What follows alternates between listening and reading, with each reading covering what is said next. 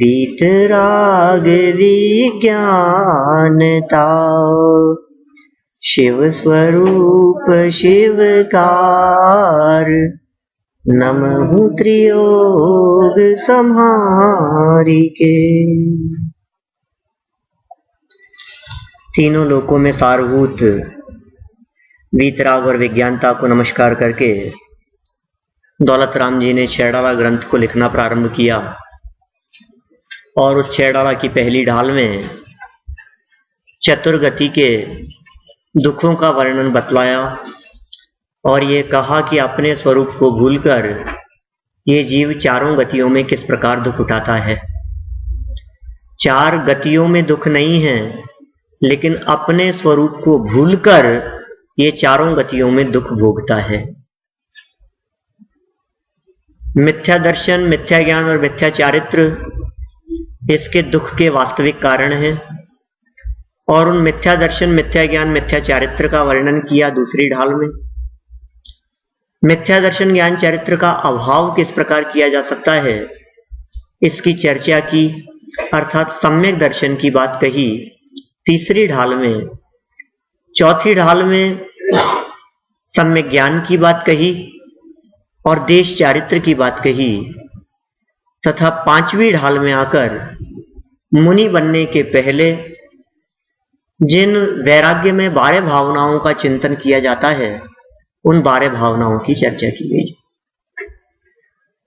12 भावनाएं, इन्हें अनुप्रेक्षा भी कहा जाता है। अनुप्रेक्षा शब्द का अर्थ होता है चिंतन। इन्हें 12 अनुप्रेक्षा ऐसा भी कहते हैं। तो 12 भावनाएं या 12 अनुप्रेक्षा दोनों शब्दों का प्रयोग किया जा सकता है। किस प्रकार का चिंतन? वैराग्य उत्पादक तत्वपरक चिंतन को 12 अनुप्रेक्षा कहते हैं, अनुप्रेक्षा कहते हैं। ये इसकी सर्वांगीण परिभाषा हो सकती है, वैराग्य उत्पादक तत्वपरक चिंतन।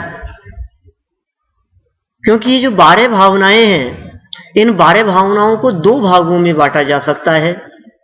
प्रारंभ की 6 भावनाएं और लास्ट की 6 भावनाएं, माने 6 भावनाओं को हमने 2 भागों में बांट दिया। जो प्रारंभ की 6 भावनाएं हैं, स्टार्टिंग की 6 भावनाएं हैं, उनको हम कह सकते हैं वैराग्य उत्पादक, वैराग्य उत्पन्न करने वाली।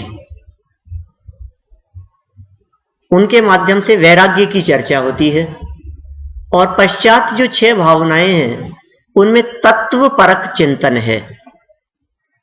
तो पूरा क्या हो सकता है वाक्य? वैराग्य उत्पादक तत्वपरक चिंतन को हम अनुप्रेक्षा कहेंगे।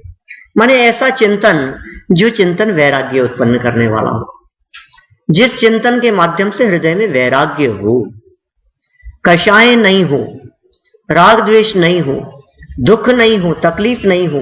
क्योंकि वैराग्य की जब भी चर्चा चलती है तो हमारे दिलो दिमाग में एकदम ऐसी बात आती है कि वैराग्य मतलब कुछ रोने धोने की बात होगी। वैराग्य प्रसंग मतलब ऐसा लगता है जैसे वैराग्य प्रसंग माने इनके यहां कोई मर गया हो, ऐसा समझते हैं। अरे साहब, ये तो कुछ ना कुछ तकलीफ और दुख का प्रसंग है, जबकि ऐसा नहीं है। ये वैराग्य उत्पादक जो चिंतन है, ये वस्तु स्वरूप के विचार बिना संभव नहीं है। यहां दौलत राम जी ने 5वीं ढाल में उसका वर्णन किया है।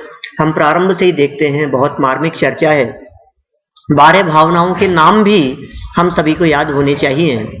12 भावनाओं की चर्चा करने के पहले ही यहां मंगलाचरण स्वरूप 2 छंद दौलत राम जी ने दिए हैं।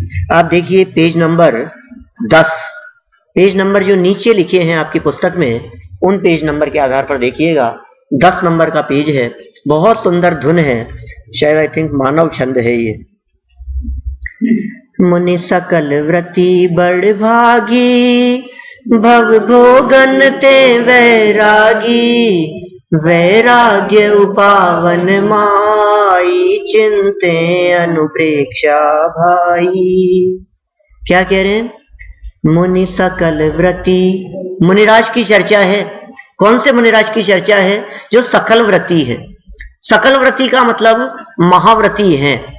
अहिंसा, सत्य, अचौर्य, ब्रह्मचर्य और अपरिग्रह, इन 5 महाव्रतों का पालन करने वाले सकल व्रती, सकल माने पूर्ण, पूर्णतः पालन करने वाले कैसे हैं वे? बड़भागी, भाग्यशाली हैं। क्यों भाग्यशाली हैं और कैसे भाग्यशाली हैं वे? तो कह रहे हैं भव भोगन ते वैरागी। दुनिया में आपको कौन भाग्यशाली दिखाई देता है? भाग्यशाली की क्या परिभाषा है हमारी दृष्टि में? जिसके पास में बहुत पैसा हो, जिसके पास बहुत गाड़ी हो, जिसका प्रभाव हो, प्रभुत्व चलता हो, जिसकी यशस कीर्ति बहुत दिखाई देती हो, बहुत महिमा होती हो, लोग जिसे चाहते हो, लोग जिसे पूछते हो, हमें लगता है कितना भाग्यशाली है ये, इसको सब पूछते हैं, ये कितना भाग्यशाली है। अरे आप तो बहुत भाग्यशाली हैं, आपके ऐसा बेटा है। आप तो बहुत भाग्यशाली हैं जिसके सचिन तेंदुलकर जैसा बेटा हो। फिर कैसे लगता है अरे कितना भाग्यशाली है। माने भाग्य की परिभाषा हमने हमारी दृष्टि में न मालूम कितने प्रकार से बना रखी है। यहां कह रहे हैं भाग्यशाली कौन? जो वस्तु स्वरूप का विचार करते हैं, जिनके हृदय में, जिनके परिणामों में वैराग्य की बात आती हो, वे वास्तव में भाग्यशाली हैं।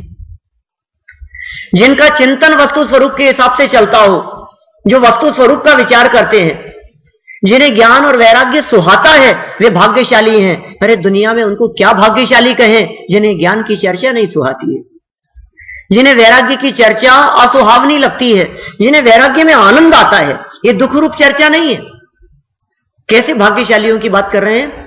मुनि सकल व्रति बड़ भागी, भव भोगन ते वैरागी, वैराग्य उपावन माई, चिंते अनुप्रेक्षा भाई।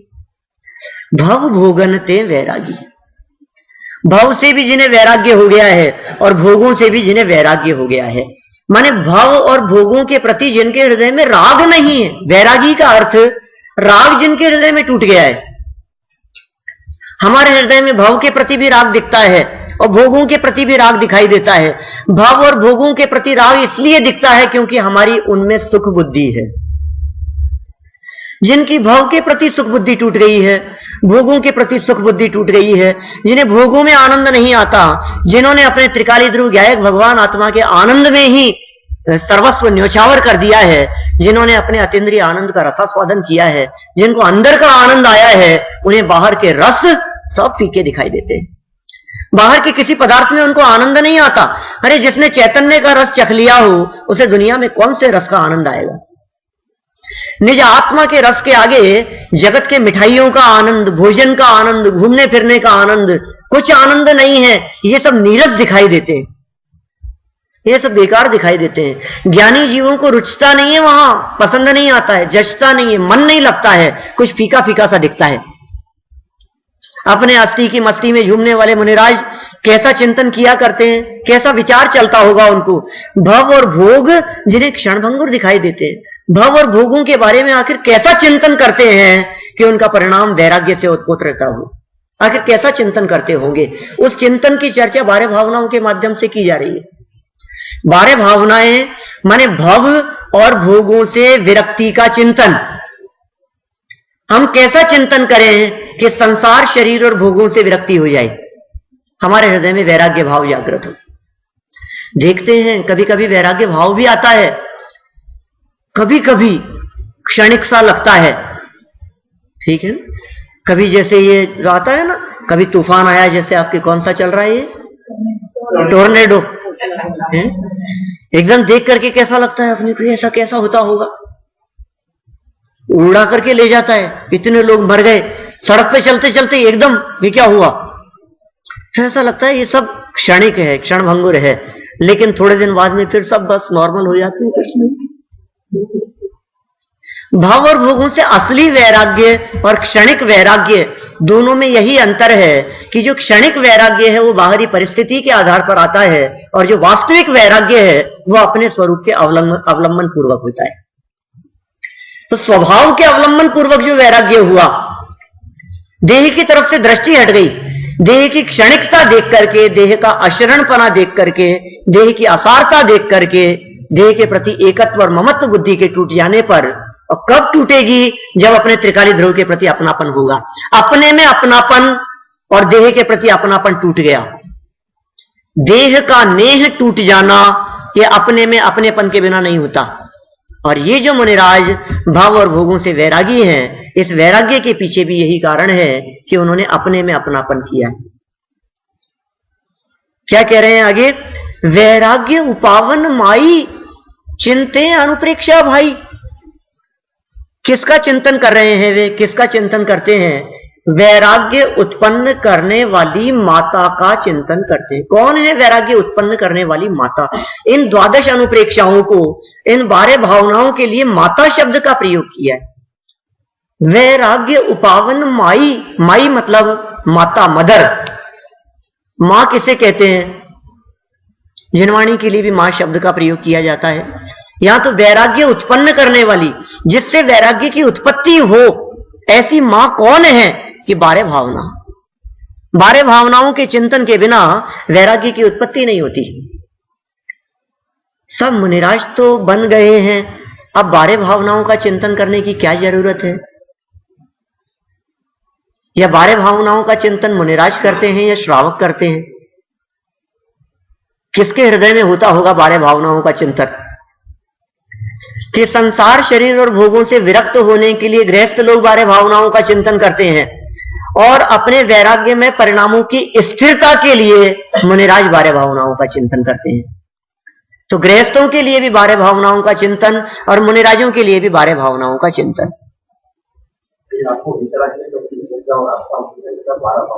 बिल्कुल, वो तो मस्ट है ना। वो सारी चर्चा तो पीछे की जा चुकी है।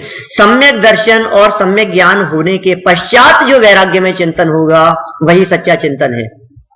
सम्यक दर्शन और सम्यक ज्ञान के बिना चारित्र सच्चा नहीं होता। इसलिए सम्यक दर्शन ज्ञान चारित्राणी जो मोक्ष मार्ग कहा था, उसमें भी सम्यक दर्शन मोक्ष महल की पहली सीढ़ी है, सम्यक ज्ञान को दूसरी सीढ़ी कहा गया और सम्यक चारित्र को तीसरी सीढ़ी कहा गया है। यद्यपि चारित्रम खलु धम्मो ऐसे शब्द का प्रयोग मिलता है मूल आगम में कि चारित्र ही निश्चय से धर्म है, लेकिन उस धर्म का मूल क्या है? तो कहा दंसण मूलो धम्मो। चारित्र तो साक्षात धर्म दिखाई देता है, लेकिन उस साक्षात चारित्र के भीतर गहराई में यदि कोई जड़ में यदि कोई है तो उसका नाम है सम्यक दर्शन।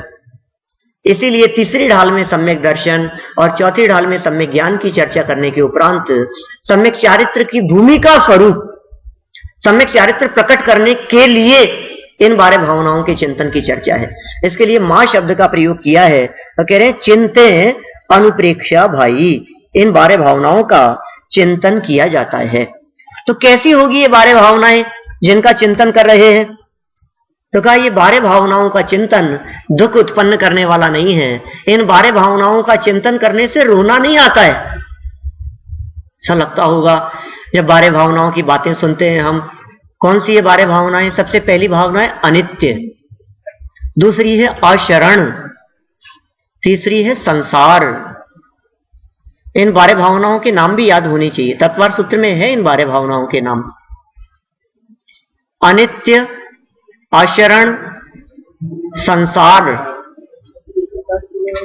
याद है कुछ लोगों को, कुछ को याद नहीं है और कुछ लोग नोट कर रहे हैं, इसलिए मैं थोड़ा धीरे बोल रहा हूं। अनित्य, अशरण, संसार, फिर एकत्व, अन्यत्व, अशुचि। ये जो 6 भावनाएं हैं ये तो बहुत वैराग्य उत्पन्न करने वाली है। अनित्य, अशरण, संसार, एकत्व, अन्यत्व और अशुचि, ये वैराग्य उत्पन्न करने वाली। फिर आश्रव, संवर, निर्जरा, लोक, बोधि दुर्लभ और धर्म, ये जो बाद वाली 6 भावनाएं हैं यह तत्व परक चिंतन है उनमें। तो यहां कह रहे हैं ये जो प्रारंभ की 6 भावनाएं हैं उनके चिंतन के संदर्भ में देखिए यहां क्या कह रहे हैं। इन चिंतत सम सुख जागे, जिम ज्वलन पवन के लागे, तब ही जिय आत्म जाने, तब ही जिय शिव सुख ठाने। क्या कह रहे हैं? इसी 10 नंबर पेज पर नीचे दिया है इन चिंतत, इनका चिंतन करने से। ऊपर वाली दो पंक्तियां हो गई, चिंते अनुप्रेक्षा भाई, उनका चिंतन करते हैं मुनिराज। इन चिंतत, इनका चिंतन करने से सम सुख जागे, समता भाव रूपी सुख उत्पन्न होता है। सम माने समता भाव, ये समता भाव की चर्चा है। वैराग्य कहीं रोने का नाम नहीं है, वैराग्य कहीं दुख की अनुभूति का नाम नहीं है, तकलीफ का नाम वैराग्य नहीं है। लोग परेशान होकर के वैराग्य को सोचते हैं, इतने परेशान हो गए कि हमने घर छोड़ दिया। कि नहीं नहीं, वो परेशान वाली बात नहीं है, दुखी होने वाली बात नहीं है। यहां समता भाव है, सहजता है। जो होता है उसे सहज भाव से स्वीकार करना, उसका नाम है समभाव। इन चिंतत सम सुख जागे, जिमि ज्वलन पवन के लागे, जब ही जिय आत्म जाने, तब ही जिय शिव सुख ठाने। क्या कह रहे? जिमि, जिस प्रकार ज्वलन पवन के लागे, ज्वलन पवन के लागे, पवन से जिस प्रकार अग्नि प्रज्वलित होती है, अग्नि वृद्धि को प्राप्त होती है, अग्नि फैल जाती है, बढ़ जाती है। जंगल में यदि कहीं आग लगी हो, जितनी तेज हवा चलेगी उतने ज्यादा वो अग्नि और अधिक बढ़ती चली जाएगी। ठीक उसी प्रकार यहां कह रहे हैं, जब ही जीव आत्म जाने, जब ये जीव अपने आत्मा को जानता है तब ही इन 12 भावनाओं का चिंतन होता है, तभी वास्तविक चिंतन होता है। या 12 भावनाओं के वास्तविक चिंतन का फल अपने आत्मा को जान लेना मात्र ही है। तभी ही जीव शिव सुख ठाने, तभी इसको मोक्ष सुख की प्राप्ति होती है। माने मोक्ष सुख को प्राप्त करने वाला जीव निश्चित रूप से इन 12 भावनाओं का चिंतन किया करता है। अब इन 12 भावनाओं में सबसे पहली भावना है जिस भावना का नाम है अनित्य भावना। क्यों है सबसे पहले नंबर पर अनित्य? आज तक सैकड़ों 12 भावनाएं लिखी गई है। भावना शतक के नाम से तो पुस्तक भी प्रकाशित है। 112 भावनाएं, 100 से ज्यादा, 150-200 लोगों ने 12 भावनाओं की रचना की होगी। राजा राणा छत्रपति हातिन के असवार, मरना सबको एक दिन, अपनी अपनी बार, ये 12 भावना जो है सब लोग बोलते हैं। ये 12 भावना बहुत सारे लोगों को याद भी है। बुधरदास जी की ये 12 भावना है और आपके पुस्तक में पेज नंबर 30 पर ये 12 भावना दी हुई भी है। अपन उनकी पंक्तियों की चर्चा भी करेंगे। मैं तो सिर्फ यह बात आप लोगों को बतलाना चाहता हूं कि 100-150 लोगों ने, जितने लोगों ने भी 12 भावनाएं लिखी है, उन 12 भावनाओं में भले ये नाम आप लोग न पहचान पाए, लेकिन सब में चिंतन इन 12 शब्दों के बारे में किया गया है। सबसे पहला यदि चिंतन कहीं मिलेगा 12 भावनाओं में किसी भी स्थान पर, तो मिलेगा अनित्यता का चिंतन। वो अनित्य भावना है, अनित्य के स्वरूप में चिंतन होगा सबसे पहले नंबर पर। साहब ये अनित्य का चिंतन क्यों? क्योंकि इस जीव का चिंतन इस प्रकार का चलता है कि जो वस्तुएं हमारे को प्राप्त हो गई है, जो चीज हमारे को मिल गई है, वो चीज बनी रहे, परमानेंट रहे, शाश्वत रहे, वो है बस। आपको क्या चाहिए? हमें कुछ नहीं चाहिए, लेकिन जो है कम से कम वो तो बने रहे। तो आचार्यों को लगा कि इस जीव को अनित्यता बतलाना बहुत जरूरी है। जब तक ये अनित्यता का स्वरूप नहीं जानेगा, तब तक बाहरी पदार्थों के प्रति मोह ममत्व करता रहेगा। जगत का स्वरूप कैसा है? अनित्य है। अनित्य माने क्षणभंगुर, अनित्य माने नाशवान, अनित्य माने नष्ट होने वाला, अनित्य माने परमानेंट नहीं है, ध्रुव नहीं है। जगत का प्रत्येक पदार्थ अस्थिर दिखाई देता है। आचार्य कार्तिकेय स्वामी कहते हैं, जम किंच व्युत्पन्नम तस् विनाशो हवे नियमेन। जगत में जो कुछ भी उत्पन्न होता हुआ दिखाई देता है, उसका विनाश नियम से होता है। हर वस्तु नाशवान दिखाई देती है। कोई चीज परमानेंट नहीं है दुनिया में। कितनी भी अच्छी से अच्छी चीज क्यों न हो, और कितना भी मार्केट में जाकर के हम उसको ड्यूरेबल देख करके लाएं कि ये कितना चलेगी, ये कभी खराब नहीं होगी, लाइफ टाइम वारंटी, अनब्रेकेबल है। हम कितने चीजें दुनिया में ऐसी मिलती है जिनके बारे में हमारे को लगता है ये तो कभी खराब नहीं होगी, लाइफ टाइम। गारंटी वारंटी देते हैं बिल्कुल। आप तो जिंदगी में कभी भी 50 साल बाद भी यदि वो हो जाए, अरे भाई तुम किन चीजों की बात कर रहे हो, किन चीजों के परमानेंट पने की बात कर रहे हो। जगत में परमानेंट पदार्थों को देखता है और खुद के ही परमानेंट पने का ठिकाना नहीं है।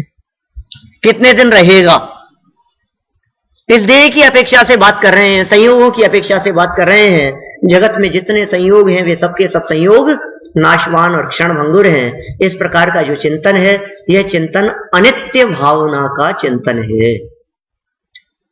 अनित्यता माने क्षण भंगुरता का चिंतन। देखिए क्या कहा है यहां अनित्य भावना का चिंतन करते हुए दौलत राम जी ने।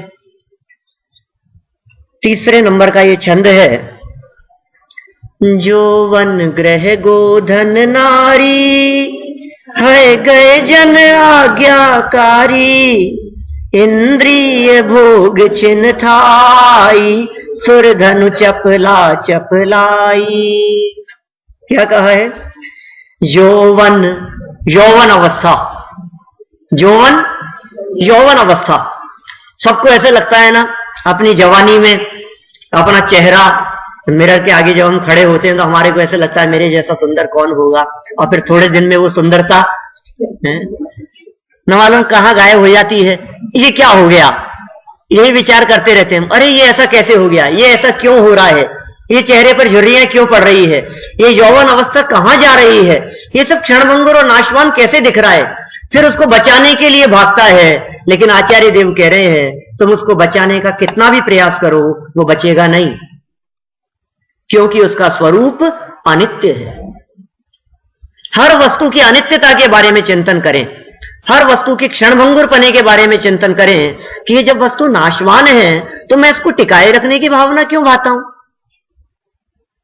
दादा ने बारे भावना में ऐसी बातें लिखी, अंजुलि जल सम जवानी क्षीण होती जा रही, प्रत्येक पल जर जर जरा नजदीक आती जा रही, काल की काली घटा प्रत्येक पल मंडरा रही, किंतु पल पल विषय तृष्णा तरुण होती जा रही, तरुण होती जा रही। कितनी मार्मिक लाइनें लिख दी है। काल की काली घटा प्रत्येक पल मंडरा रही, हर क्षण मानो काल की काली घटाएं मंडरा रही हो। न मालूम कौन सा क्षण ऐसा हो जिस क्षण ये काल आकर के और ले जाए हमारे को। यमराज मानो दरवाजे पर खड़ा है, ताक लगा करके बैठा है, पता नहीं कब कौन से क्षण आ जाए और लेकर के चला जाए, उड़ जाए। कोई भरोसा है इस जीवन का? एक क्षणभंगुरता हमारे को स्पष्ट नहीं दिखाई देती है। रोजाना न्यूज़पेपर के पन्ने जब हम बदलते हैं तो हमारे को ऐसा अनुभव नहीं होता है, अरे ये क्या हो गया, अरे ये चले गए। किसी का 20 साल का बेटा मर जाता है, किसी का 2 साल का बेटा मर जाता है, किसी का जन्म ही बाहर में होता हुआ दिखाई नहीं देता है, गर्भ में आए और मर गए हैं। कैसी परिस्थितियां नहीं बनती है। ये सब क्षणभंगुर नहीं दिखता, दूसरों को देख देख करके हमारे को परिणाम नहीं आता। जब कहीं भूकंप की घटनाएं पढ़ते सुनते हैं, देखते हैं, कहीं भूकंप आ गया है, कहीं बाढ़ आ गई है, कहीं तूफान दिखाई दे रहा है, इस तरह की जो कहीं चक्रवात आ रहा है, किस किस तरह की कहीं सुनामी उठती हुई दिखाई दे रही है, फिर भी हमारे को लगता नहीं है ऐसा। अच्छा भला आदमी चलता हुआ खाता पीता हुआ अपने काम से निकला था और एकदम सीढ़ियां चलते चलते ही पैर फिसल गया, खत्म, बस अब कुछ नहीं। घर से बाहर निकले थे और लौट करके ही नहीं आए। ऐसी घटना रोजाना पढ़ते सुनते हैं ना हम। क्या वैराग्य भाव जागृत नहीं होता? हमारे को लगता नहीं है ये सब चीजें देख करके, इन सब की क्षणिकता देख करके कि ये सब वैराग्य उत्पन्न करने के लिए है, ये सब विरक्ति के लिए है, इन सब से मोह और ममत्व तोड़ देने के लिए है। आत्म कल्याण कब करूंगा आखिर में, ये विचार नहीं आता। क्या ऐसी घटनाएं देख करके हमारा दिल दिमाग ये सोचने के लिए मजबूर नहीं होता कि अरे एक क्षण में सब चला जाएगा, सब खत्म हो जाएगा, फिर क्या होगा? कोई बचाने वाला नहीं मिलेगा, डॉक्टर नहीं बचा सकते, इंजीनियर नहीं बचा सकते। यहां तो सबसे पहले कह रहे हैं आप सोचो बच नहीं सकते, बचाने की बात तो सेकंड स्टेप पर करेंगे। यहां कभी कह रहे हैं बच ही नहीं सकता, बचना स्वभाव ही नहीं है। कहां गए चक्री जिन जीता भरत खंड सारा, कहां गए वे राम और लक्ष्मण जिन रावण मारा। न रावण दिखाई देता है, न रामचंद्र जी दिखाई देते हैं, न लक्ष्मण दिखाई देता है, न कृष्ण रुक्मणी आदि दिखाई देते हैं, न कौरव दिखते हैं, न पांडव दिखते हैं। कहां चले गए आखिर वे लोग सब? वो स्वर्ण की नगरी कहां चले गई? स्वर्णपुरी। कैसा लगता है किसी स्थान पर एकदम बहुत भीड़ दिखाई देती है, बहुत लोग आते जाते हैं। आज स्वर्णपुरी का क्या हाल है? अपनी स्वर्णपुरी का, सोनगढ़, वास्तव में स्वर्णपुरी जैसा था, लेकिन सबे दिन जात न एक समाना। सभी दिन एक समान नहीं होते, ये दिन भी न रहेंगे। इसलिए वर्तमान में जो अनुकूलताएं दिखाई दे रही है, शारीरिक स्वास्थ्य दिखाई दे रहा है, जो कुछ भी जैसी परिस्थिति हमारे सामने है, उसमें आत्म कल्याण की ओर लग जाने में ही सार है। कह रहे हैं यौवन गृह गोधन नारी। क्या कह रहे हैं? यौवन अवस्था, गृह माने मकान, गोधन, गोधन माने गाय भैंस आदि, नौकर चाकर समझ लीजिए आप आज के जमाने में, है ना, गाड़ियां।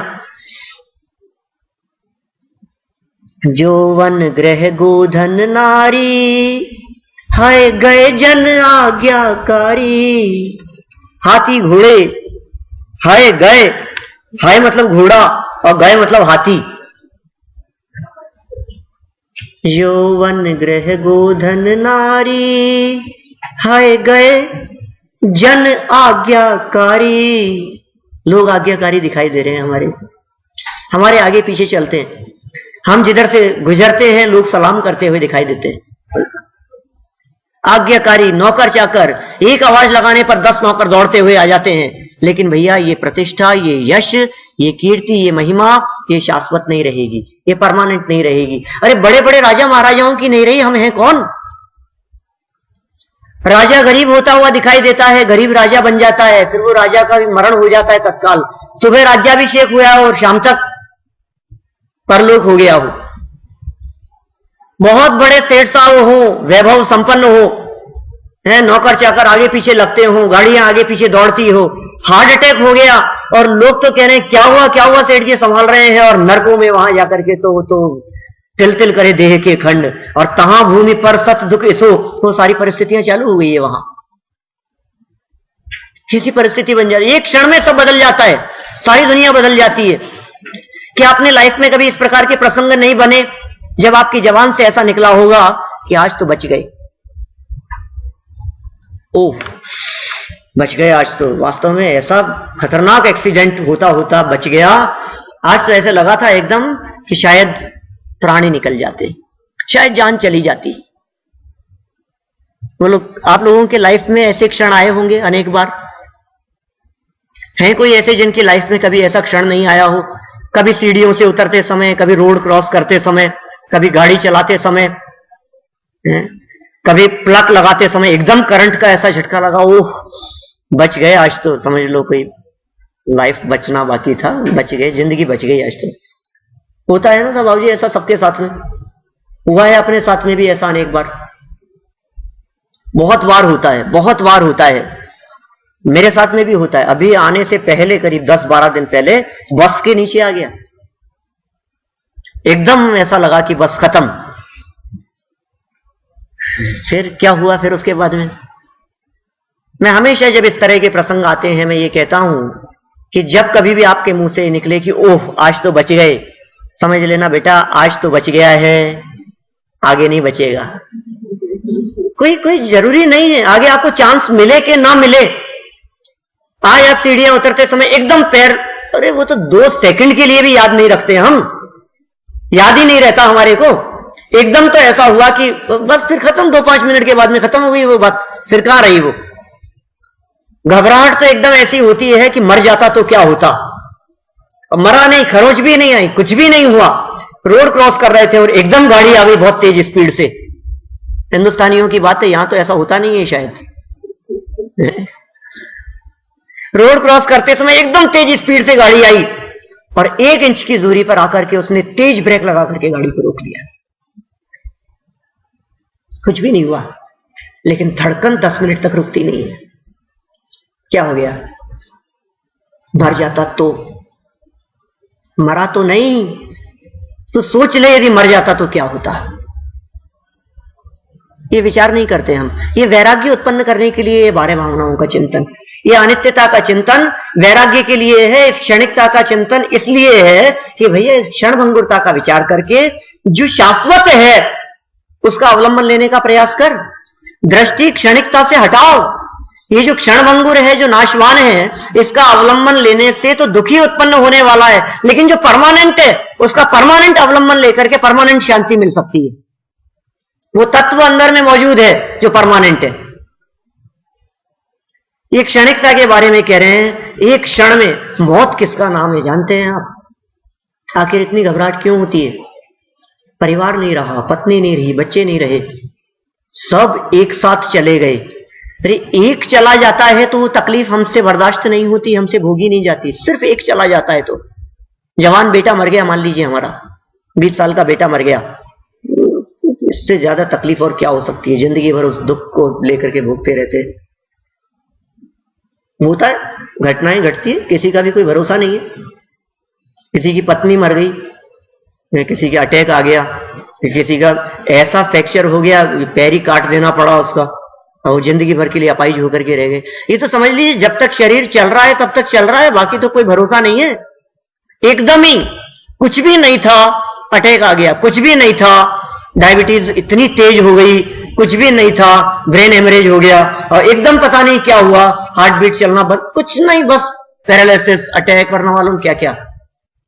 किसी भी क्षण दूसरों का आता है, उससे शिक्षा लेते नहीं है, और जब अपने साथ में होता है तो बस सोच में पड़ जाता है ये क्या हो गया, अब क्या करूं, मैं क्या करूं, ये क्या हो गया।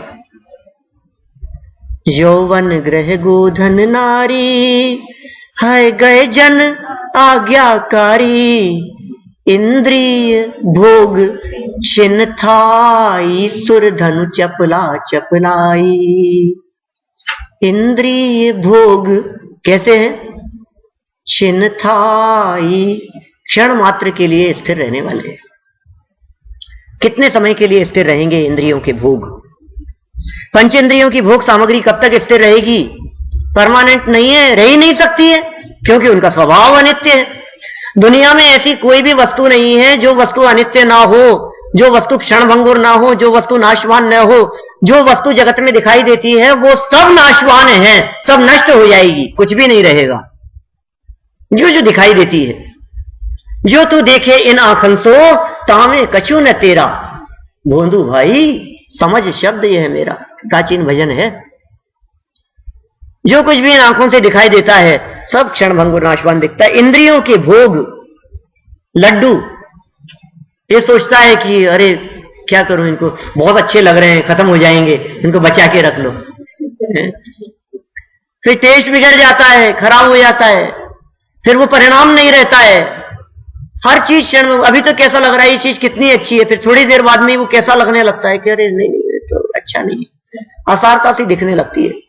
अपने परिणाम स्थिर नहीं रहते हैं, परिणाम बदलते रहते हैं, शरीर की स्थिति बदलती रहती है, अवस्था बदलती रहती है। यौवन से बुढ़ापा आ जाता है, बुढ़ापा से वापस मरण की प्राप्ति हो जाती है। बाल्य अवस्था के बारे में विचार करता रहता है, वो स्थिर नहीं रहती है।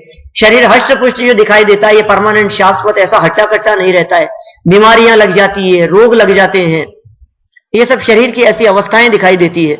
ये सब क्षण भंगुर है। ये इंद्रियों के भोग क्षण मात्र के लिए स्थिर रहने वाले हैं। और किस प्रकार क्षण मात्र के लिए स्थिर रहने वाले हैं, तो इन्होंने कह दिया सुरधनु चपला चपलाई। सुरधनु इंद्रधनुष के समान है। राजा अरविंद का प्रसंग आता है हमारे सामने। एक राजा अरविंद था और वो अपने घर की छत पर बैठकर विचार कर रहा था। विचार करते करते एकदम उसको बादल दिखाई दिए आसमान में, और बादलों के अंदर बहुत सुंदर सा महल बन गया। उसने सोचा अरे इतना सुंदर महल जो दिखाई दे रहा है, मैं इस महल को नीचे पेपर पर बना लेता हूं, ऐसा का ऐसा महल अपने लिए बनवाऊंगा।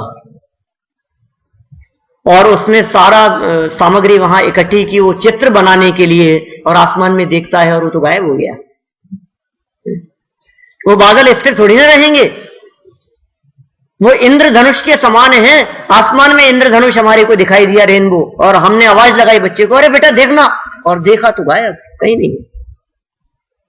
चपला चपलाई बिजली की चमक के समान, आसमान में बिजली चमकी, एकदम गायब, अब नहीं है स्थिर। तो कबीरदास जी कहते हैं ऐसा, पानी केरा बुदबुदा आसमान उसकी जात, देखत ही छिप जाएगा ज्यों तारा प्रभात। तारे जिस तरह से प्रभात होते ही छिप जाते हैं, पानी में जिस तरह से बुदबुदा उठता है और उठ करके क्षण मात्र में ही विलीन हो जाता है, नाश को प्राप्त हो जाता है, इसी तरह से इस मनुष्य की दशा दिखाई देती है, जिसे क्षणभंगुर कहा गया है। चाहे राजा हो, चाहे राणा हो, चाहे छत्रपति हो, इन सबके संदर्भ में देखिए आप भूधरदास जी क्या कहते हैं पेज नंबर 30 पर। राजा राणा छत्रपति हाथिन के असवार, मरना सबको एक दिन अपनी अपनी बार, जगत में अपनी अपनी बार। राजा हो, नहीं साहब इनको कौन मार सकता है, ये तो महाराजा हैं, तो महाराजा वो नहीं मरेंगे, इनकी मौत नहीं आएगी क्या। राजा हो, राणा हो, छत्रपति हो, छत्रधारी हो, एक छत्र जिनके सर पर चलता हो, एक छत्र राज्य जिनका दिखाई देता हो, और हाथियों के ऊपर असवार दिखाई देते हो, हाथियों के ऊपर चलते हो, हाथी की सवारी करते हो, रथ पर बैठ करके चलते हो, लेकिन फिर भी कहते हैं मरना सबको एक दिन अपनी अपनी बार। सबको मरना है एक दिन। एक दिन का मतलब एक दिन नहीं, ऐसा कौन सा दिन होगा जजमेंट डे है, ऐसा कोई दिन है जिस दिन पूरी दुनिया खत्म हो जाएगी कि नहीं, नहीं ऐसा नहीं, अपनी अपनी बार, जब जिसका नंबर आ जाएगा, जब जिसकी आयु पूरी हो जाएगी, जब जिसका जीवन पूरा होगा, तब उसको मरना ही पड़ेगा। हो जब इस प्रकार की बातें सुनता है तो इसको ऐसा लगता है कि अरे मर जाऊंगा मैं जिंदा नहीं रहूंगा, फिर रोना चालू कर देता है। तो कहते हैं भैया ऐसा नहीं है, यह अनित्यता के साथ साथ में एक नित्यता भी है। माने इस क्षणभंगुर पार्ट के साथ साथ में एक ऐसा पार्ट भी है वस्तु में जो शाश्वत रहता है, जो परमानेंट रहता है, जो ध्रुव रहता है, क्योंकि वस्तु का स्वरूप अकेला उत्पादव्यय वाला नहीं है, ध्रुवता भी उस उत्पादव्यय के साथ में मौजूद है। इस संदर्भ में आप जयचंद जी के बारे भावना देखिए, पेज बदलिए, आप पीछे देखिए, आप 29 नंबर पेज पर, द्रव्य रूप करि सर्व थिर, परजय थिर है कौन, द्रव्य दृष्टि आपा लखो, परजय नय करि गौन, परजय नय करि गौन। द्रव्य रूप से देखा जाए तो सारे पदार्थ स्थिर है, द्रव्य रूप करी सर्व थिर, लेकिन पर्याय से देखो तो स्थिर कौन है, क्योंकि पर्याय का तो स्वभाव ही नाशवान है, क्षणभंगुर है, प्रति समय बदलना ही पर्याय का स्वभाव है। द्रव्य रूप से प्रत्येक पदार्थ स्थिर है, लेकिन पर्याय रूप से कौन स्थिर है।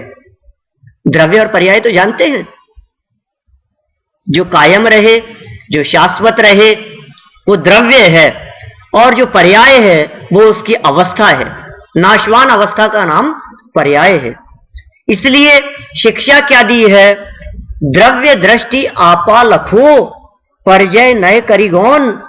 पर्याय को गौन करके, पर्याय दृष्टि को छोड़कर अपने को द्रव्य दृष्टि से देखो, द्रव्य दृष्टि से आपा लखो, अपने आप को देखो, तो आप नाशवान नहीं हैं, आप स्थायी परमानेंट ध्रुव अविनाशी तत्व हैं, जिसका उत्पन्न भी नहीं होता और जिसका नाश भी नहीं होता, जो कभी उत्पन्न नहीं हुआ है। णवि उपज्जई णवि मरई बंधुन मुख करई, जो कभी उत्पन्न नहीं होता, जो कभी मरता नहीं है, जिसका कभी नाश नहीं होता, ऐसा ज्ञायक आत्मा वो मैं स्वयं हूं। तो अनित्यता के साथ साथ में यदि नित्यता का भी चिंतन किया जाएगा तो यह अनित्यता का चिंतन दुखोत्पादक नहीं होगा, आनंद उत्पन्न करने वाला होगा। कितनी मार्मिक बात इन्होंने कह दी है। द्रव्य दृष्टि आपा लखो परजय नय करी गौण, पर्याय नय को गौण करके द्रव्य दृष्टि से अपने स्वरूप को देखना चाहिए। देखिए, जब इस प्रकार की बात कही गई अनित्यता के संदर्भ में, क्या कहने लगा ये व्यक्ति, अरे साहब बात तो आप सच कह रहे हो, दुनिया में कोई चीज स्थिर ही नहीं दिखाई देती है, सारे जगत के पदार्थ नाशवान दिखाई देते हैं, बात तो सच्ची है, लेकिन हम कुछ ऐसे प्रयास करेंगे जिनसे इनको टिकाए रखा जा सके, जिनसे इनको बचाया जा सके। ऐसे प्रयास तो हो सकते हैं ना, ऐसी कोशिश तो हो सकती है। माना कि ये चीज नाशवान है, माना कि ये मरने वाले हैं, माना कि हमारे पिताजी नहीं बचेंगे, माना कि दादाजी को बचाया नहीं जा सकता है, लेकिन बचाने के प्रयास तो करें, कुछ कोशिश तो की जाए, और कोशिश करके हो सकता है कुछ लंबे समय के लिए बचा लिया जा सके, कुछ समय के लिए उनको स्थिर रखा जा सके। ये कह रहे हैं कि नहीं, पहला चिंतन समस्त आचार्यों ने किया, समस्त मुनिराजों ने किया, समस्त विद्वानों ने बाह्य भावना के संदर्भ में पहला चिंतन प्रस्तुत किया, जगत का प्रत्येक पदार्थ अनित्य है। जब इसको लगा कि अनित्य होगा, माना कि अनित्य है, माना कि क्षणभंगुर है, आप जो कह रहे हो हमारे को इस बात पर भरोसा है, लेकिन इस अनित्य को भी हम नित्य बनाने का प्रयास करेंगे। तो आचार्यों ने जवाब दिया, अरे नहीं नहीं, अनित्य के साथ साथ में अशरण भी है। अनित्य माने नाशवान है, और अशरण माने इसको नाश होने से बचाया भी नहीं जा सकता है। अशरण का मतलब क्या है? शरण माने होता है सहारा। किसकी शरण खोज रहे हो आप? किसको ढूंढ रहे हो आप? जगत में आप किसको भी ढूंढने का प्रयास करो, लेकिन आपको कहीं भी शरण मिलने वाली नहीं है। जगत में कहीं भी आपको सहारा नहीं मिलेगा, कोई बचाने वाला है ही नहीं, कोई बचा ही नहीं सकता है। देखिए आप चौथे नंबर का छंद आशरण भावना पेज नंबर 12 है। दौलत राम जी क्या कहते हैं? सुर असुर खगादिप जेते, मृग ज्यो हरि काल दलेते, मणि मंत्र तंत्र बहु होई, मरते न बचावे कोई। बोलो कैसी बात है? सुर असुर, सुर मतलब क्या होता है? सुर माने होता है देव। कौन से देव? वैमानिक देव। वैमानिक देवों को कहते हैं सुर। और दूसरा शब्द है असुर। असुर माने क्या होता है? असुर शब्द का अर्थ हम समझते हैं राक्षस, दानव। ऐसा नहीं है। असुर शब्द का अर्थ है भवनवासी, व्यंतर और ज्योतिष्क। सुर माने वैमानिक देव और असुर माने भवनवासी, व्यंतर और ज्योतिष्क देव। ठीक है। सो सुर और असुर माने चारों प्रकार के देव। और खगाधिप, खग किसे कहते हैं? ख शब्द का अर्थ होता है, ख अक्षर का अर्थ होता है आकाश, और ग का अर्थ होता है गमन करना। तो खग आकाश में गमन करना। खग पक्षियों का पर्यायवाची शब्द खग। खग माने पक्षी होता है। जो आकाश में गमन करते हो वे खग कहलाते हैं, पक्षी। लेकिन यहां खग कह करके आकाश मार्ग से गमन करने वाले विद्याधरों की बात कही है। विजयार्ध पर्वत पर रहते हैं विद्याधर, अनेक प्रकार की विद्याओं के स्वामी होते हैं। आकाश मार्ग से गमन करने की सामर्थ्य होती है, बहुत प्रकार की रिद्धियां होती है, शक्तियां होती है, विद्याएं होती है उनके पास में। अनेक प्रकार की रिद्धियां होने के बावजूद भी क्या वे किसी को बचाने में समर्थ हो सकते हैं? कह रहे नहीं, संभव नहीं है। ये कह रहे हैं सुर असुर खगादिप जेते, जितने भी हैं, और भी यदि आपको इनके साथ में कोई लगाने हो तो आप लगा लीजिए। सुर और असुर के साथ में और खगादिप विद्याधरों के साथ में जब हमने देवों की बात कह दी है कि देवलोग भी बचाने में समर्थ नहीं है, तो फिर जगत के किसी और व्यक्ति की हम क्या बात करें? हमें लगता है अरे अरे हमारे ये जो है ना, ये तो बहुत बड़े मिनिस्टर हैं, ये तो बहुत कलेक्टर हैं, कहीं के बहुत बड़े ऑफिसर हैं, ये तो हमारे को बचा लेंगे, बहुत बड़े डॉक्टर हैं, ये तो बचा लेंगे, इनकी शरण में जाऊंगा तो ये सब बच जाऊंगा मैं। किसी देवी देवता की शरण में चले जाएं, लेकिन कोई बचाने में समर्थ नहीं है। किसकी बात कर रहे हैं? मृग ज्यों हरिकाल दले ते। मृग माने हिरण, हरि मतलब सिंह। सिंह के मुख के बीच में जो हिरण आ गया हो, पंजे से पकड़ करके जैसे हिरण को अपने दाढ़ के नीचे दबा लिया हो सिंह ने, अब उस हिरण को बचाने में कौन समर्थ है? अब कोई नहीं बचा सकता है उनको। सुर असुर खगादिप जेते, मृग ज्यों हरिकाल दलेते। मणि मंत्र तंत्र बहु होई, मरते न बचावे कोई। मणि मंत्र तंत्र इनका सहारा ले लो, कोई ताबीज बांध लो, लोगों के गले में लटका रहता है। यहां तो कम दिखता है, आप हिंदुस्तान में जाएंगे तो ऐसे ऐसे लोग दिख जाएंगे जिनके गले में 4-4 5-5 लटके हुए रहेंगे। बचा लेंगे वो बचाने में समर्थ है। मणिमंत्र तंत्र बहु होई, मरते न बचावे कोई। मरते हुए व्यक्ति को बचाने में कोई समर्थ नहीं है, क्योंकि यदि मरते हुए व्यक्ति को बचाया जा सकता होता तो दुनिया में आज तक किसी भी व्यक्ति का मरण नहीं होता, क्योंकि बचाने वालों की कमी नहीं है, कोई मरता ही नहीं। आप सोचिए तो सही, क्या बचाने से बचाया जा सकता है? उसका स्वभाव क्षणभंगुर है और अशरण भी उसका स्वभाव है। प्रत्येक वस्तु स्वभाव से अशरण है, दुनिया में कोई दूसरा शरण देने वाला नहीं है। यहां बहुत सुंदर छंद दिया है दादा ने अपनी 12 भावना में। उन्होंने लिखा वहां, छिद्रमय हो नाव डगमग चल रही मंझधार में। क्या कहा? छिद्रमय नाव डगमग होकर के चल रही है, जिसमें छेद हो गया है नीचे से और मंझधार में चल रही है।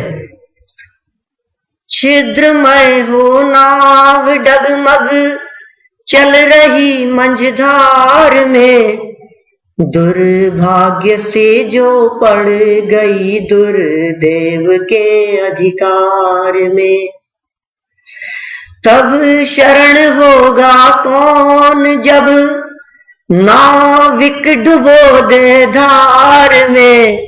संयोग सब अशरण, शरण कोई नहीं संसार में, कोई नहीं संसार में। और बहुत सुंदर छंद है, वो भी बहुत गजब 12 भावना है। जिंदगी एक पल कभी कोई बढ़ा नहीं पाएगा। एक पल के लिए भी महेश भाई, इस जिंदगी को कोई बढ़ा सकता है? एक पल के लिए भी कोई नहीं बढ़ा सकता है। किस व्यक्ति की मौत कौन सी जगह पर आनी है हम नहीं कह सकते, हम नहीं बतला सकते कब आएगी किस व्यक्ति की मौत। हम तो देखते ही रह जाएं, ये क्या हो गया, ऐसा कैसे हो गया। ये कोई व्यक्ति बचाने का प्रयास करे, लेकिन बचाया जा सकता है क्या? कार्तिकेय स्वामी कहते हैं, जम जस जम्मी देशे जैन विहारेण जम्मी कालम्मी, नादम विनयन नियतम जम्मम वा हम वर्णम वा, तम तस् तम्मी देशे तेन विहारेण तम्मी कालम्मी, को सक्कदी वारे तुम इंदो आते जनिंदो वा। इंद्र हो चाहे जनेन्द्र हो, को सक्कदी कौन समर्थ है वारे तुम टालने में। उस क्षण को टालने में कौन समर्थ है? दुनिया में कौन उस क्षण को टाल सकेगा जब मौत का क्षण आ जाएगा तो। एक बार एक प्रसंग पढ़ा था मैंने न्यूज़पेपर में, एक कबूतर एक पेड़ के ऊपर सुबह मॉर्निंग के टाइम पर चुपचाप बैठा हुआ था, मुंह लटकाकर, चेहरा मुरझाया हुआ था।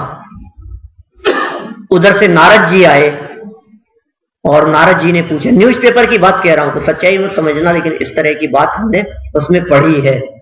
ऐसे कोई नारद जी आ जाते हो या इस तरह से कोई यमराज आते हो, ऐसा कोई लोक में होता नहीं है। हमने तो वो प्रसंग जो पढ़ा था, बहुत वर्षों पुरानी बात है, और जब कभी ऐसा प्रसंग चलता है तो मुझे वो याद आ जाती है घटना। कबूतर बैठा हुआ था और नारद जी उधर से आए।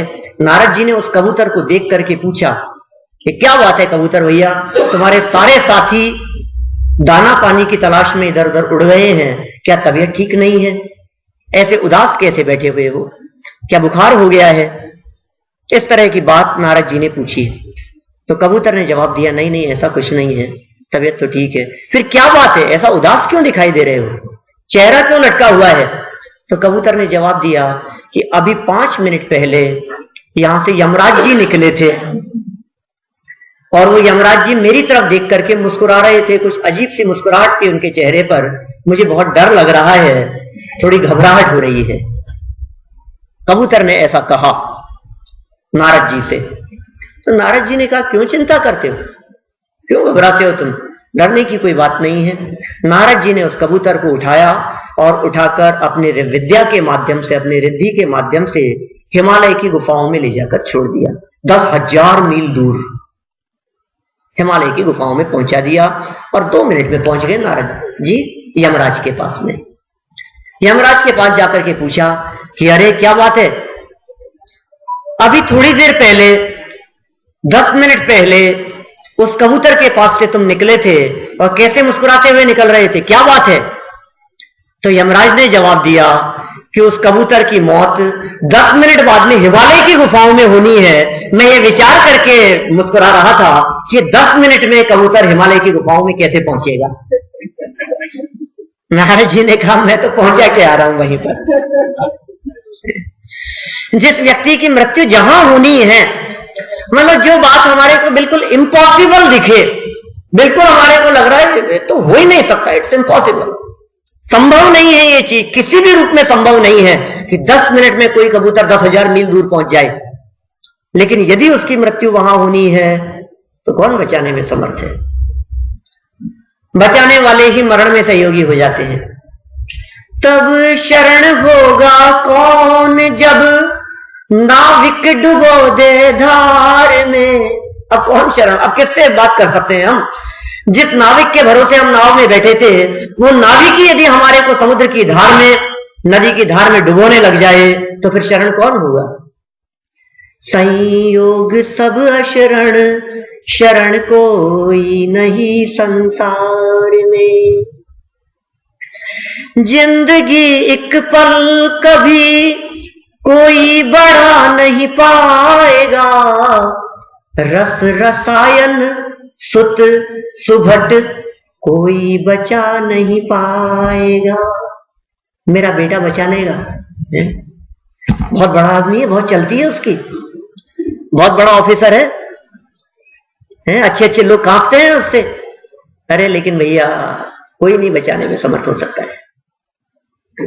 जिंदगी एक पल कभी कोई बड़ा नहीं पाएगा, रस रसायन सुत सुभट कोई बचा नहीं पाएगा। सत्यार्थ है बस बात यह, कुछ भी कहो व्यवहार में। बात तो सच्ची है, व्यवहार में आप कुछ भी कहते हो, इन्होंने बचा लिया, तो आज तो ऐसा एक्सीडेंट हुआ था, ये यदि टाइम पर नहीं आते तो हम तो मर ही गए होते, आज तो इन्होंने बचा लिया, इन्होंने हाथ पकड़ करके रोक लिया हमारे को, एकदम दुर्घटना होते होते बच गए, सीढ़ियों से फिसल रहे थे, इन्होंने हाथ पकड़ लिया, बच गए, ये नहीं होते तो मर जाते। लेकिन यहां क्या कह रहे हैं? सत्यार्थ है बस बात यह, कुछ भी कहो व्यवहार में, जीवन मरण अशरण, शरण कोई नहीं संसार में, कोई नहीं संसार में। व्यवहार में आप किसी भी प्रकार की बात कहते रहो, लोक व्यवहार में हम कुछ भी कह देवें, लेकिन सत्यार्थ क्या है, सच्ची बात क्या है? ऑक्सीजन बचाने में समर्थ है, डॉक्टरों की दवाई बचाने में समर्थ है, ऑपरेशन बचाने में समर्थ है, बोलो क्या क्या उपाय हो सकते हैं।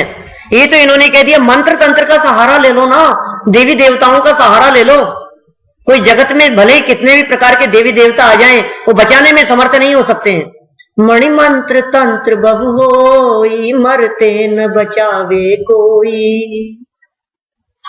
और भूधरदास जी क्या कहते हैं इसके बारे में, देखिए आप जरा, भूधरदास जी की पंक्तियां हैं। दल बल देवी देवता मात पिता परिवार, मरती बिरिया जीव को कोई न राखनहार, जगत में कोई न राखनहार। दल बल क्या कहा है यहां? दल मतलब होता है सेना, दल माने सेना और बल माने शक्ति। तो बहुत लंबी चौड़ी सेना हो, चक्रवर्ती सम्राट हो, कोई बचा सकता है उसको? में याद आती है उसकी चर्चा, अपने जो विश्व विजय का जिसने सपना देखा था, सम्राट सिकंदर, सबने नाम सुना है उसका। जब मौत हुई दोनों हाथ खाली थे उसके, कितनी लूटमार मचाई उसने। यूनान से निकला था विश्व विजय का सपना देखता हुआ, हिंदुस्तान के एक पार्ट तक पहुंच गया था, किसी हिस्से तक। कितने महीनों तक, 3-4 साल तक, 28 वर्ष की उम्र में निकला वो, 32 वर्ष की उम्र में मरण हो गया उसका, पता है आपको? सिकंदर की मौत 32 साल की उम्र में हो गई थी। हम लोगों में से शायद कोई 32 के नीचे वाला नहीं है। विश्व विजय का सपना देखने वाला सम्राट सिकंदर, और पूरी दुनिया में जिसने तहलका मचा रखा था, क्या हुआ? क्या साथ में ले गया? क्या गया साथ में? कौन बचाने में समर्थ हो सका? अंत समय में ऐसी दशा थी, चेहरे पर बैठी हुई मक्खी भी नहीं उड़ा सकता था, ऐसी दशा हो गई थी शरीर की। कितने वैद्य, हकीम और डॉक्टरों को बुला लिया जाए और कितना धन खर्च किया जाए कि बचाया जा सके। कितना धन खर्च करें, बच जाए, बच ही नहीं सकता है। ये कैसा नाशवान जगत है ये कितनी क्षणभंगुरता है, कितनी बेबस और लाचार है ये अवस्था, बचाने में समर्थ नहीं है। कहते सारा धन मेरा ले लो, सारा वैभव मेरा ले लो, करोड़ों की संपत्ति देने के लिए तैयार हो जाता है। इसके बेटे का ऑपरेशन होना हो, डॉक्टर जवाब दे देवे कि नहीं, इसे नहीं बचाया जा सकता है। एक कैसा बेबस और लाचार होकर के कहता है, डॉक्टर साहब मेरे बच्चे को बचा लो।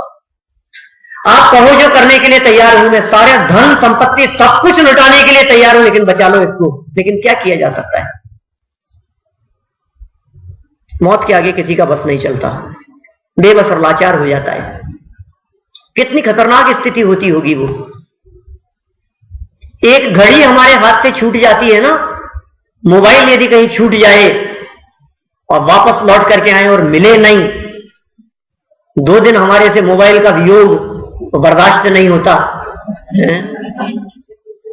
आप जरा सोचिए, न केवल मोबाइल की बात, घर नहीं रहेगा, परिवार नहीं रहेगा, पुत्र नहीं रहेगा, पत्नी नहीं रहेगी, माता पिता नहीं रहेंगे, दल बल देवी देवता और मात पिता परिवार, सब कुछ, सारा कनेक्शन एक झटके में टूट जाएगा। उसका नाम है मरण, उसे कहते हैं मौत। कुछ भी नहीं रहता है, कुछ भी साथ नहीं जाता है। क्या साथ ले जाएगा? कुछ ले जा सकता है क्या साथ में?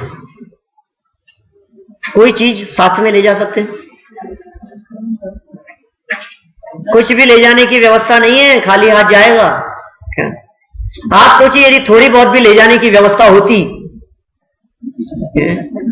तो कुछ नहीं छोड़ते। मैं कई बार जब लोगों से बात करता हूं तो लोग पता है क्या कहते हैं, अरे पंडित जी अपने लिए थोड़ी ना करते हैं, बच्चों के लिए करना पड़ता। अपने लिए मुझे क्या करना है लाइफ में? अपनी लाइफ तो चल रही है, ठीक है, निकल गई, बीत रही है, गुजर गई है वादी से ज्यादा। अपने को लाइफ में क्या करना है, लेकिन बच्चों के लिए सोचते हैं थोड़ा सा, इनके लिए कुछ तो करना ही पड़ता है। अपने लिए कोई कुछ नहीं इकट्ठा कर रहा है, जो कुछ भी कर रहे हैं सब बच्चों के लिए कर रहे हैं। लेकिन सच में यदि ले जाने की व्यवस्था होती तो बच्चों के लिए कितना छोड़ करके जाते।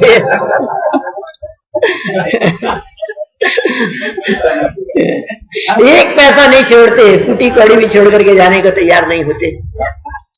क्यों? कितना लगता है अपने को, कुछ चलती नहीं है हमारी। तो बड़े पंडित जी है ना, रविंद्र जी, ब्रह्मचारी रविंद्र जी, कहते हैं भोगने की सामर्थ्य नहीं है, ले जाने की व्यवस्था नहीं है, और फिर भी आसक्ति घटती नहीं है। क्या करें? क्या भोग पाएंगे हम जितनी भोग सामग्री हमारे पास में? अनंत भाई, होगा ऐसा? जितनी भोग सामग्री हमारे पास में है, आज हम सबकी ऐसी दशा है, हम सभी लोग, जितने लोग यहां बैठे हैं, सब लोग इतने संपन्न हैं कि यदि जीवन पर्यंत दोनों टाइम मजे से दाल रोटी खाते रहें और अच्छा घी सहित खाते रहें, बादाम का हलवा खाते रहें, तो शायद हमारी जो संपत्ति है वो खत्म नहीं होगी। बोलिए, सबकी बात कर रहा हूं मैं, जितने लोग बैठे हैं, कोई ऐसा नहीं होगा जिसकी स्थिति इससे कमजोर होगी जीवन भर। बोलिए निखिल भाई, सही कह रहा हूं ना? जीवन भर करते रहो आप ऐसा, और फिर भी आप किसके लिए कर रहे हैं पता नहीं, टाइम पास करने के लिए पता नहीं। आसक्ति घटती नहीं है, तो उस आसक्ति को घटाने के लिए वैराग्य में बारे भावनाओं के चिंतन की बात है। वो आसक्ति क्यों नहीं घटती है, वो क्षणभंगुरता का क्यों नहीं विचार कर रहा है? जितने सब कुछ इकट्ठे कर रहा है, इसमें से तो कुछ भी साथ नहीं जाएगा, लेकिन इनके प्रति जो ममत्व बुद्धि रूप जो तूने मिथ्या परिणाम किया है, वो तुझे नरक और निगोद में ले जाएगा, वो दुख का कारण बनेगा। अरे संयोगों का वियोग ये दुख का कारण नहीं है। यहां संयोगों के वियोग की चर्चा करके कहीं दुख उत्पन्न करने की बात नहीं कर रहे हैं, क्योंकि संयोग का वियोग दुख का कारण नहीं होता। यहां तो सिर्फ ये बतलाना चाहते हैं कि संयोगों को इकट्ठा करने की चाह निष्फल है। संयोग क्षणभंगुर हैं, संयोग अशरण हैं, संयोगों को किसी सहारे से बचाया नहीं जा सकता है। सिर्फ इस बात का प्रतिपादन यहां अशरण भावना के माध्यम से करना चाहते हैं। आप किसकी शरण लेंगे, आप किसका सहारा तलाश रहे हैं? हर व्यक्ति को सहारे की जरूरत होती है, कोई ना कोई। ये बच्चे बुढ़ापे में हमारा सहारा बनेंगे।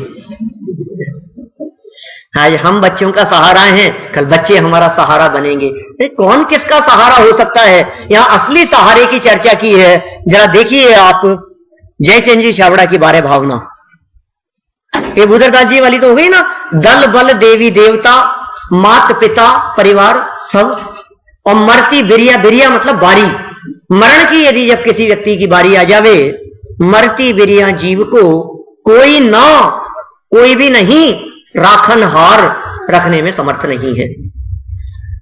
जिसका मरण काल आ जाएगा उसे बचाने में कोई भी समर्थ नहीं है। अब देखिए जरा कौन सहारा है। बहुत मार्मिक आध्यात्मिक पंक्तियां लिखी है जयचंद जी छाबड़ा साहब ने, बहुत आध्यात्मिक विद्वान रहे जयपुर के। क्या लिखते हैं ये? शुद्धात्म अरु पंच गुरु जग में शरणा दोए, मोह उदय जी के व्रथा आन कल्पना होए, जगत में आन कल्पना होए। क्या कह रहे हैं? शुद्धात्म और पंच गुरु जग में शरणा दोए, ये दो ही शरण है इस जगत में, दो के अलावा तीसरा कोई शरण नहीं हो सकता। निश्चय शरण आपको आप, व्यवहारे परमेष्ठी जाप। निश्चय से तो त्रिकाली ध्रुव अपना भगवान गायक आत्मा ही शरण है, और व्यवहार से पंच परमेष्ठी शरण है। तो निश्चय से अपनी आत्मा की शरण और व्यवहार से पंच परमेष्ठियों की शरण। कौन शरण है, किसकी शरण लेनी चाहिए? ये शुद्धात्म, अपना त्रिकाली ध्रुव आत्मा। अरे जो आत्मा की शरण में आ गया, जो अपने आप की शरण में आ गया, जिसने अपने आप की शरण ले ली, अब उसे कोई मारने में समर्थ नहीं है। उसके तो ये वचन निकलते हैं, अब हम अमर भये न मरेंगे। जिसने अमर तत्व का अवलंबन लिया हो, जिसने जीवत्व का अवलंबन लिया हो, जीवत्व शक्ति का अवलंबन लिया है, जीवत्व का धारी, जीवत्व शक्ति का धारी जो चैतन्य तत्व इस देह देवल में विराजमान है, उसका अवलंबन लेने वालों का चिंतन किस प्रकार का हुआ करता है कि जगत में इसके अलावा दूसरा कोई शरणभूत नहीं है। और बाहर यदि वो निकलता है तो फिर पंच परमेष्ठियों की शरण। और पंच परमेष्ठियों की शरण का कारण भी यही है कि वे पंच परमेष्ठी वापस त्रिकाली ध्रुव भगवान आत्मा की शरण में भेज देते, इसलिए पंच परमेष्ठियों की शरण है। पंच परमेष्ठियों की शरण पंच परमेष्ठियों के लिए नहीं है। बालबोध पाठमाला उठा करके देखें तो ऐसी पंक्तियां मिलेगी, हमें छोटे छोटे बच्चों को पढ़ाते हैं। पंच परमेष्ठियों की शरण का अर्थ उनके बताए हुए मार्ग पर चलकर अपनी आत्मा की शरण लेना ही पंच परमेष्ठियों की शरण का सही अर्थ है। बालबोध पाठमाला की लाइन है। पंच परमेष्ठियों की शरण का क्या अर्थ है? उनकी शरण में गए और उनके बताए हुए मार्ग पर चलकर, पंच परमेष्ठियों के बताए हुए मार्ग पर चलकर अपनी आत्मा की शरण लेना। तो यहां जयचंद जी साहब ने क्या कह दिया? शुद्धात्मरु पंच गुरु जग में शरणा दोए, दो ही शरण है। लेकिन मोह का उदय जब इसके होता है तो क्या होता है? मोह उदय जिय के वृथा वृथा वृथा, वृथा माने बिना मतलब, वृथा बेकार नहीं, जो कोई मतलब की बात नहीं है। मोह का उदय होने पर वृथा आन कल्पना, अन्य की कल्पना होती है, ये मुझे बचा लेंगे, पकड़ता है। अरे जब मौत दिखाई देती है तो आप कल्पना नहीं कर सकते, ये पकड़ता है अपने बच्चों को, कहता है, रोता है, भिलकता है, अरे बेटा बचा ले मुझे, मैं मरना नहीं चाहता, बचा लो मुझे, मैं नहीं मरना चाहता। ऐसी दशा हमने सैकड़ों लोगों की देखी है, कई लोगों की आपने देखी होगी ऐसी अवस्था, मरना नहीं चाहते, मरने से घबराता है, मरण की तो कल्पना मात्र भी इसको दुख देती है, कैसी दशा होगी। आज जरा विचार तो करके देखें इस क्षणभंगुर जगत के संदर्भ में। दो भावनाओं के बारे में हमने अभी यहां विचार किया है, एक अनित्यता के संदर्भ में और एक अशरणपने के संदर्भ में। मरते न बचावे कोई, इस जगत की क्षणभंगुरता को देख करके भी वैराग्य भाव नहीं आवे, जगत की क्षणिकता को देख करके, जगत की परिस्थितियों को देख करके तेरे हृदय में थोड़ा बहुत भी भाव नहीं आता है, हो क्या गया है तुझे? जब न्यूज़पेपर के पन्ने बदलते हैं तो ऐसा भाव नहीं आता हमारे को कि अरे यार ये क्या हो रहा है। ये चार लोग गए थे घूमने के लिए और पानी का बहाव कहीं आ रहा था, वहां खड़े होकर के फोटो खिंचा रहे थे और फोटो खिंचाते खिंचाते पानी का बहाव तेज हो गया, बह गए, मर गए, मौत हो गई। सच्ची घटनाएं हैं ये। मैं तो कई बार कहता हूं न्यूज़पेपर में जब इस तरह की घटनाएं आती हो तो आप उनका कलेक्शन करें काट काट करके और एल्बम बनाएं उसका एक, और कभी कभी उनके पन्ने बदल करके जब उसको देखें, जैसे अपना शादी का एल्बम देखते हैं, जैसे अपने जो देखते हैं ना अपन फोटोग्राफ्स, कहां की, टोरंटो की है, नियाग्रा फॉल्स की, कहीं की भी समझ लो आप, कहीं घूमने गए हो वहां की फोटोग्राफ्स जैसे पन्ने बदलते हैं, ऐसे आप न्यूज़पेपर्स की उन कटिंग्स को एक बार इकट्ठा करें और जब 100-200 इकट्ठी हो जाए तो एक बार उनके पन्ने बदल करके देखें आप, आपको दिखाई देगा ये क्या है दशा। हमारे जयपुर में रहते थे कोई व्यक्ति, न्यूज़पेपर की घटना बतला रहा हूं, दो बेटे थे उसके, एक 22 साल का था, एक 24 साल का था। छोटा बेटा जयपुर में ही रहता था, बड़ा बेटा दिल्ली जॉब करता था। फ्राइडे नाइट को वहां से निकल करके आता था, सैटरडे संडे उसकी छुट्टी रहती थी। तो फ्राइडे नाइट को वो आया, सुबह 4 बजे बड़ी चौपड़ पे उतरा, छोटा भाई उसको लेने के लिए गया और जब लेकर के उसको आ रहा था, सुबह 4 बजे उतरा था वो बस से, बाइक पर बिठा करके उसको ला रहा था, ट्रक वाले ने टक्कर मार दी और दोनों ही बेटे वहीं ऑन स्पॉट मर गए। अब आप जरा कल्पना करके देखिए क्या स्थिति होती है, ऐसी दशा, क्या दशा उसके पिता की, ऐसी दशा कि वो खड़ा होता है और चक्कर आते हैं उसको, क्या है दशा। दो बेटे, दोनों बेटे मर गए। चलते चलते एकदम तूफान उठा करके ले जाता है, एकदम गाड़ी टक्कर हो जाती है, एक्सीडेंट हो जाता है, बिजली गिर जाती है, उसी के ऊपर गिर गई है, क्या हो गया, ये छत गिर गई है, एक्ट ऑफ गॉड। क्या है दशा, कैसा, अपने को लगता है ये सब क्षणभंगुर नहीं है, इनको देख करके वैराग्य आना चाहिए ना। इसकी हत्याएं हो गई, वहां इतना लोग मारे गए, वहां बम विस्फोट हो गया, यहाँ जापान का रेडिएशन का खतरा देखा था आपने 2 साल पहले की दशा में, देवलाली में था उस समय, देखा मैंने अष्टानी का पर्व के अवसर पर। मैंने मार्च की बात है ये, मार्च 2011 है, मार्च 2011 में जापान में, पूरा जापान क्या तबाही मच रही थी, आप टीवी की स्क्रीन पर देखा होगा हमने। उस तबाही को देख करके थोड़ा सा घबराहट नहीं होती, हमारा दिल नहीं दहलता है। दादा तो कई बार ऐसी बात कहते हैं कि न्यूज़पेपर पढ़ता है चाय का प्याला हाथ में लेकर के, और चाय का प्याला नहीं, गिरना तो बहुत दूर की बात है, हाथ तक नहीं कांपता है इसका, ऐसी बातें पढ़ करके। हमारे दिल कितने कठोर हो गए हैं।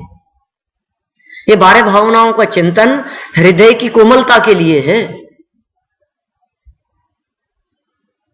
मैंने मनुष्य जन्म बर्बाद जा रहा है, समझ लीजिए आप, ये व्यर्थ गंवाने के लिए नहीं है। व्यर्थ ना इसको गवाओ इस कदर, बड़ी मुश्किल से ये मानव तन मिला है। डूब कर अपने में खुद को जान लो, जैन दर्शन की यही तो एक कला है। क्या करें फिर, बाहरी घुड़दौड़ को सब रोक दो और भीतर देख लो क्या सिलसिला है। मोक्ष बाहर की कोई मंजिल नहीं, द्वार उसका आपके भीतर खुला है। व्यर्थ ना इसको गवाओ इस कदर, बड़ी मुश्किल से ये मानव तन मिला है। तो इस तरह से अनित्य भावना का चिंतन करते हुए, आचरण भावना का चिंतन करते हुए, सर्व जगत से दृष्टि हटाकर, सर्व संयोगों से दृष्टि हटाकर, परिस्थितियों से दृष्टि हटाकर जो स्थिर है और जो वास्तव में शरणभूत है, अब ऐसे अपने गायक भगवान आत्मा की शरण लेवे, तभी ये जीव सुखी हो सकता है। अन्यथा तो ये तो अनादिकाल से दुख भोगता आया है और अनंत काल बीत जाए तो इसमें कोई आश्चर्य वाली बात नहीं है। हम सभी इस प्रकार के चिंतन पूर्वक सच्चे सुख की प्राप्ति करें, इसी भावना से बात को यही विराम देते हैं।